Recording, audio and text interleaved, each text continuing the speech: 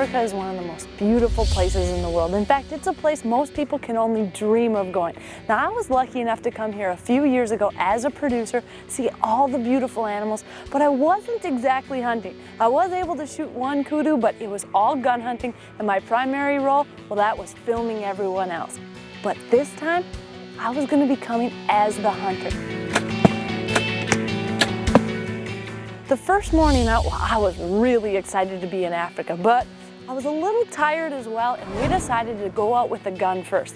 Now, we were going to try doing some spot and stock hunting, and my adrenaline was pumping. It wasn't more than a half hour into our hunt on the first morning, and we came across a group of zebra. And we had a beautiful setup. The mares were crossing the road, and all we had to do is wait for that one stallion to come through. Finally, he appeared. I was ready, locked in on the sticks, and you wouldn't believe it, but he put a small little zebra in front of him and walked right across my shooting lane. If you ask me, one smart zebra. There was no reason to dwell on the fact that we didn't have a chance at the zebra or get a close shot. We had plenty of other game, and within probably an hour, we were inside an entire mess of impala.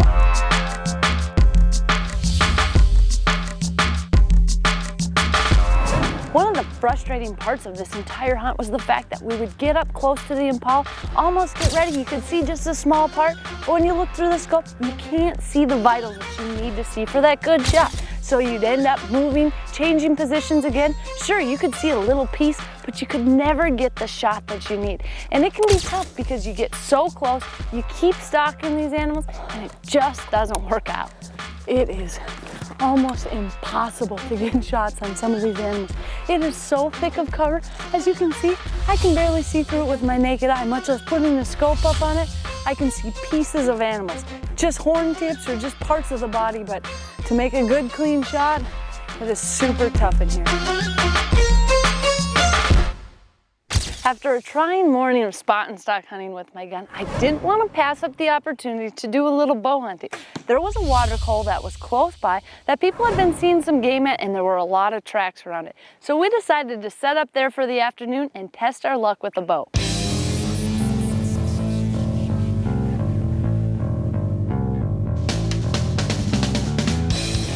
We had only been sitting at the water hole for maybe an hour and a half, 2 hours, and wouldn't you know, blue wildebeest come in. Now these are a super tough animal to get close to in Africa, and now on our first day, well, we had them within 20 yards. I don't see a bull right now. There's cows everywhere. They were calm, they were getting a drink, but no bull. We were waiting for him to come in, and just like any big mature bull, well, he hung back until he made sure it was safe. Once everything was good, the cows were drinking, the big boy stepped up.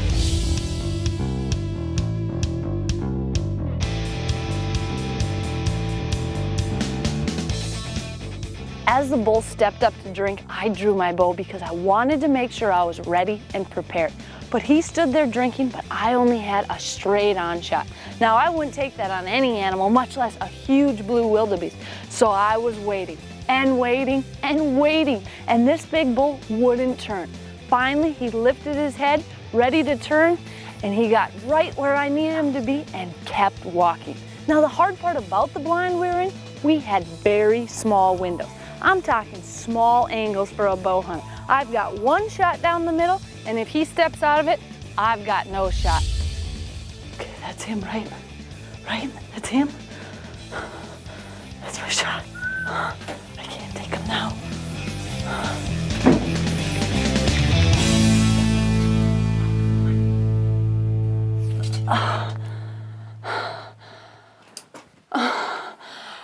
These narrow little windows, I just didn't have the angle. As soon as he turned, I needed that quarter and away shot. These are huge animals, and I just moved, made a little too much noise with my feet, and just blew out the whole herd. Now I really was disappointed because I had the perfect quarter and away shot. I had been ready, but because of the window, there was just no way I could make the angle, made a little bit too much noise, and this beautiful entire herd spooked out, and I was left sitting at the water hole. Winchester's Deadly Passion is presented by Winchester Ammunition, Thompson Center, Cuddyback Digital, Bog Pod, Cabela's, She Outdoor Apparel, and Hunter Safety System.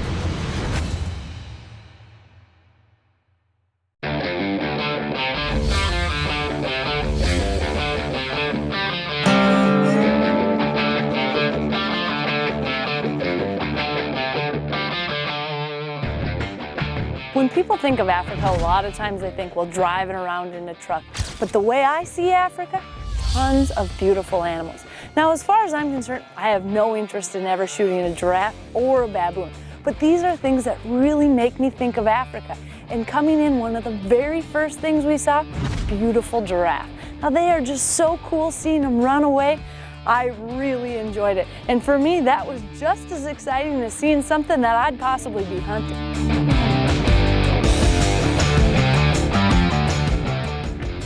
A lot of people don't think of Africa as a place for bow hunters, but it is an incredible place. And the reason why? The number of game. Now, as a bow hunter, I enjoy seeing everything around. It's not just about the animal that I'll be going after. And when you sit at a water hole, you have no idea what you're gonna see. Now, sure, you can try spot and stalking in the bush, but I'll be honest, it is tough to get a gunshot out there because it is so thick. So the best way for a bow hunter, sit tight. Now, you're not going to be in a tree stand like many people would think, like in the Midwest, but we actually got to a place where it's like my own little dungeon. It's a small place where we could go in, have a ground eye-level shot, and see all the game. Now, water holes are super important in Africa. If you think about it, it is really dry, and every animal out here, well, they need to hit water at some point during the day. So by sitting at a water hole, you just have no idea what could step out next. The number one thing we were seeing, impala. There are a ton of impala, and I kind of associate these kind of with our antelope. They're a small, wiry animal, really cool to look at, but the rams are absolutely beautiful. And the bonus, we were hitting it during the impala rut. Now, I had no idea coming here that we would be so lucky to be in during the rut. Now, these rut, very similar to whitetails or elk. They are pushing the ewes around, they're snorting, they're fighting, all the cool things that come with being in the rut, and we were seeing it all within 20 yards.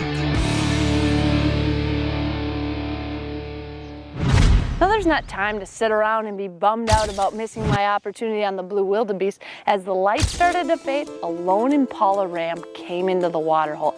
Now, I was completely prepared, and I wasn't going to take a chance. It's a nice impala ram. When he gets here, take him. As soon as this impala got to my open window, I was going to take the shot. He came in broadside, stopped perfectly, and I put a shot right behind his shoulder. I got a perfect pass through, and I had a very good idea that this was going to be a great trip. Melissa, that was a great shot, huh? I can see the luminance right there. Yeah, I can see the arrow, huh? It went right through him. It was like, look. Brilliant, huh? It was a very good shot. Wow. Look at that cutting diameter. Yeah. Okay, let's look here. Going this way. Oh yeah, there is it lying, huh? Oh, yeah. Just over there.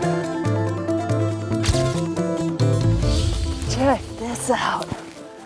Beautiful. Absolutely gorgeous. My very first ever impala. Been sitting at a water hole, had some awesome encounters tonight, but just made an awesome shot. You can see Rage put a pretty big hole in him. Not a bad way to start out your first day in Africa.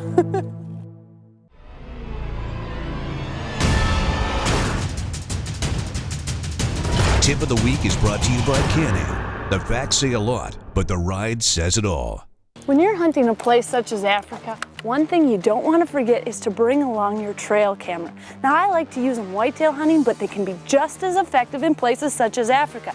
For example, I'm hunting water holes, so I've got my cuddyback attack up so I can see what's coming and when they're coming. Now, it can be a huge help because, of course, you can't sit here day and night. So this way you can see what's coming in. Perfect example. We haven't seen a gemsbuck yet, but my cuddyback showed me they're coming at night. Same with the blue wildebeest. Some of them have started watering during the evenings. But how it can help you? Well, we found out at 6:08 and 6:09, we've got blue wildebeest here, so I can assure you tomorrow morning, I'm gonna be here bright and early. Now again, we've got a lot of pictures on this camera. In fact, we've got 45 photos, and this is just from last evening. So this should give us a good idea of what's coming and when, so we can plan our hunt accordingly.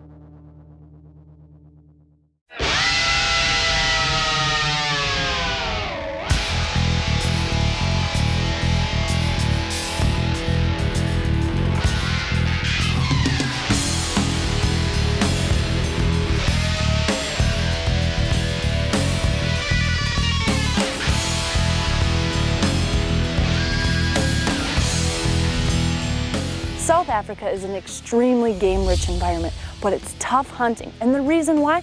The cover is so thick. It is really tough because you may see just a little tip of a horn or a flash of an animal going through, but to get a good shot, to be able to see those vitals and see what's going on, well, it is tough. But that's why I brought my bow, and that's why I love water holes. After shooting my first impala the night before and having countless other animals parade around in front of the camera, we decided to head back to our little slice of heaven and see what else Africa had in store. We had been seeing a ton of impala, and finally we had a group of kudu coming in. A few cows coming in and a huge bull. It looked big to me behind them, and they were coming up to the water, and just as he got right to the edge, they all decided to scatter and get out of it. Now I have no idea why they didn't drink, but it was so close, and I felt like, well, the water hole might be a good chance for a kudu. The trick to a water hole is setting up in an area where the animals are comfortable. Well, we had the perfect setup. They had a blind that had been built a long time before we had got here. In fact, it was all cement and rock and the perfect setup. We would have a dark area to shoot from, and the animals were completely comfortable with it. Not much later, we had a little bit smaller bull come in and actually drink. Now this was super tempting. I got to full draw trying to decide, is this the bull that I want? And I'd been hearing so many stories of big bulls, and let's face it, the one that was just there earlier, well, he hadn't left my mind yet. So I decided to let down and just let this bull walk. He was beautiful, but he'd probably be even bigger in about a year or two, and I knew there were some absolute giants in the area.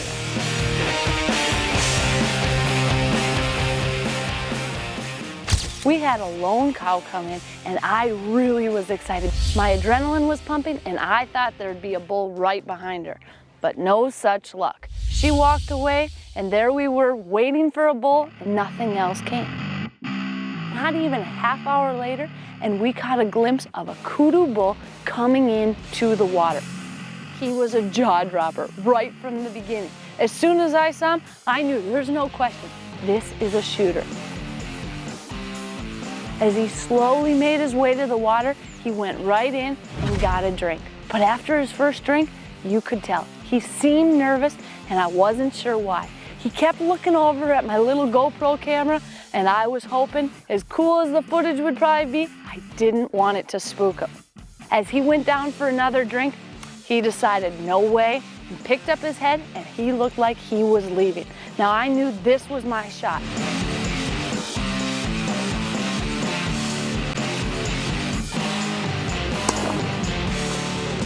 I got to full draw, waited for the shot, he was broadside, and I placed it right in the area I needed to hit. I've got very good penetration right behind the shoulder where I needed it to be, but this is a huge African animal, so you want to make sure to give it some time. What an absolutely beautiful animal. Check out the size of this rack. This is by far the biggest kudu I have ever seen, not to mention I got him with a bow. To me, there is nothing better than having an animal this size come in close. We're talking inside 20 yards. Check out this. Beautiful tips, just thick bases all the way through. an absolute beauty. As far as I'm concerned in Africa, a kudu is the best animal out here, and I couldn't be more proud than to have taken him with the bow. Plus the fact he's an absolute giant.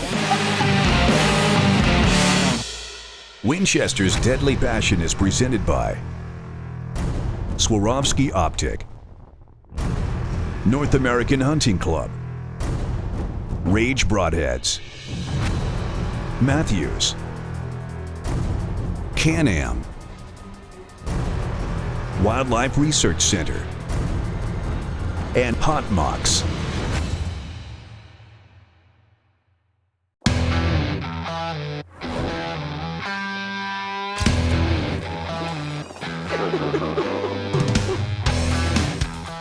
I expected the water hole to be good, but not this good. From the time we got in the blind set up, we had animals coming through almost constantly. And the best part about a water hole, well, you never know what type of animal could be coming next.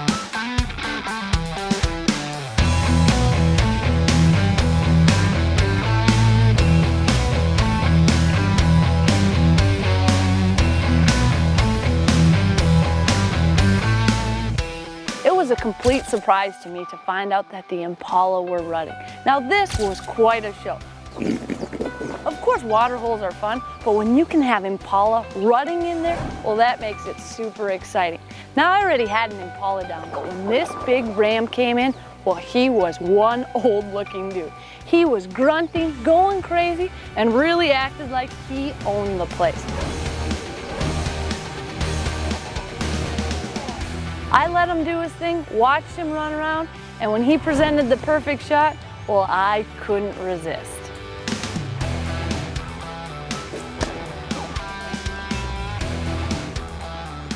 This was really cool. I have never heard them grunting like this. This guy was going crazy. We had just set up for an evening hunt, and one thing I like to do is draw my bow, make sure everything's in order, and also check those narrow windows. That way I know where I'm standing, where my shots will be. As I'm at full draw, looking out the window, oh crap, huge warthog, huge warthog. Get over here, over the shoulder. Can you see him, Brad? I can't see him. I have to get in front of him. Wouldn't you know, a big warthog runs right through my pin. Is he big? Now I've been looking for a warthog since day one, and I couldn't even believe it. I thought I was imagining it. I think he's okay. Is he okay? Are you ready, Brad?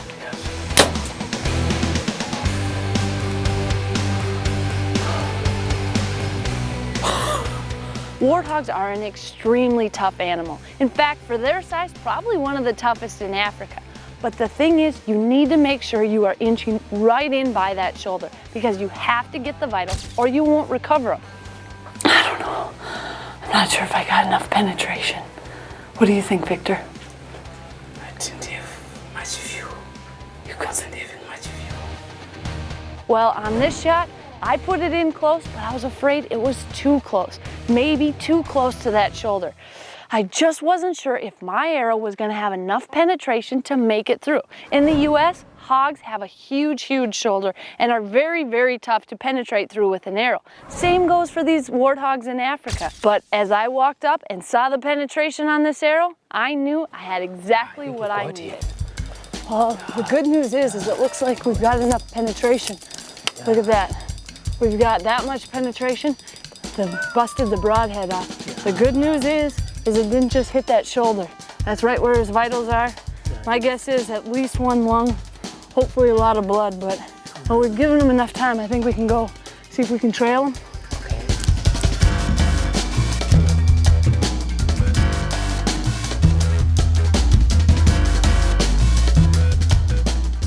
Look at that. Oh, it's a very big one. Look, even the tusks, very big one. Yeah, very nice tusks. Very nice tusks, yeah. Let's see. You can see the curve of the tusk. It shows that is a big one. That is cool. Yeah. You know, this is one thing in Africa I really wanted to get, a beautiful warthog. I just think they're so cool. They're warts. Very nice old one. Look at that. Yeah, it's a nice old one. These warthogs can smell. They're super wary, especially when they get this old. and I just couldn't be happier to take them with my bow and to finally find them. We've got a great blood trail, everything worked out wonderful, and I've got a wonderful warthog. Coming up next week on Winchester's Deadly Passion, Melissa heads to Illinois for an early season whitetail hunt. All her preparation and scouting pay off as she scores her first opening day buck. With her Missouri property only a few hours away, Melissa hits the road. We're talking one sweet early season double, almost 300 inches of whitetail in 3 days, all under 10 yards.